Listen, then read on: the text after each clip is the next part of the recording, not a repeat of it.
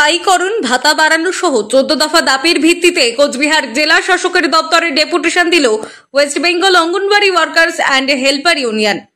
এদিন প্রায় 1000 খানেক কর্মী ও সহায়িকারা তাদের ভাতা বাড়ানো সহ বিভিন্ন দাবিতে বিক্ষোভ দেখিয়ে ডেপুটেশন দেয়। আন্দোলনকারীদের হুঁশিয়ারি, এতেও কাজ না হলে আগামীতে বৃহত্তর আন্দোলনে নামা হবে। দিদি, আপনারা কারা কি কারণে এখানে এসেছেন?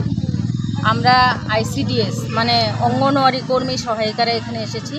আমরা আজকে সারা জেলার কর্মী এবং হেল্পার এখানে এসেছি। আমাদের দীর্ঘদিন থেকে আমাদের 1975 সাল থেকে এই প্রজেক্টটা চলছে, কিন্তু আমাদের এখনো পর্যন্ত স্থায়ীকরণ করা হলো না। এই 50 বছর ধরে আমরা খেটেই যাচ্ছি। আমরা শিশুদের জন্মের আগের থেকে পরিচর্যা শুরু করি, অর্থাৎ মায়ের গর্ভে যখন শিশু থাকে তখন থেকে তার পরিচর্যা আমরা শুরু করি এবং 6 বছর বয়স পর্যন্ত প্রত্যেকটা বাচ্চা যাতে সুস্থ সবল থাকে, সুপুষ্ট থাকে, সেই জায়গাটা আমরা দেখি। তাহলে এত বড় কাজটা করার পরেও আমাদের প্রতি অবহেলা, আমাদের প্রতি অনাচার এগুলো চলেই যাচ্ছে।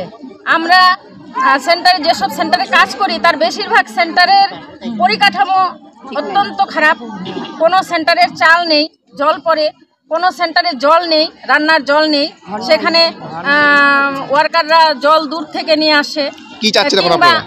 কি চাচ্ছেন এখন আপনারা? আমরা চাচ্ছি যে আমাদের অবিলম্বে স্থায়ীকরণ করা হোক এবং আমাদেরকে দিয়ে যে কাজগুলো করানো হয় সেই কাজের যে পরিকাঠামো দরকার সেই পরিকাঠামো ঠিক করে দেওয়া হোক এবং আমাদের যে ফোনে কাজ করতে বাধ্য করেছে, তো সেই ফোনটাই দেওয়া হয়নি। আর কোথায় এসেছেন আজকে? হ্যাঁ, কোথায় এসেছেন?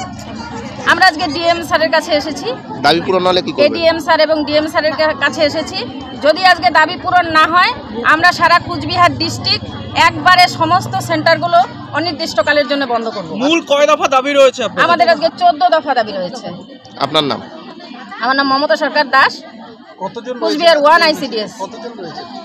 আমরা আজকে প্রায় কোচবিহার ডিস্ট্রিক্টের 7-8 হাজারের মতো কর্মী রয়েছি, কর্মী ওয়ার্কার মিলিয়ে।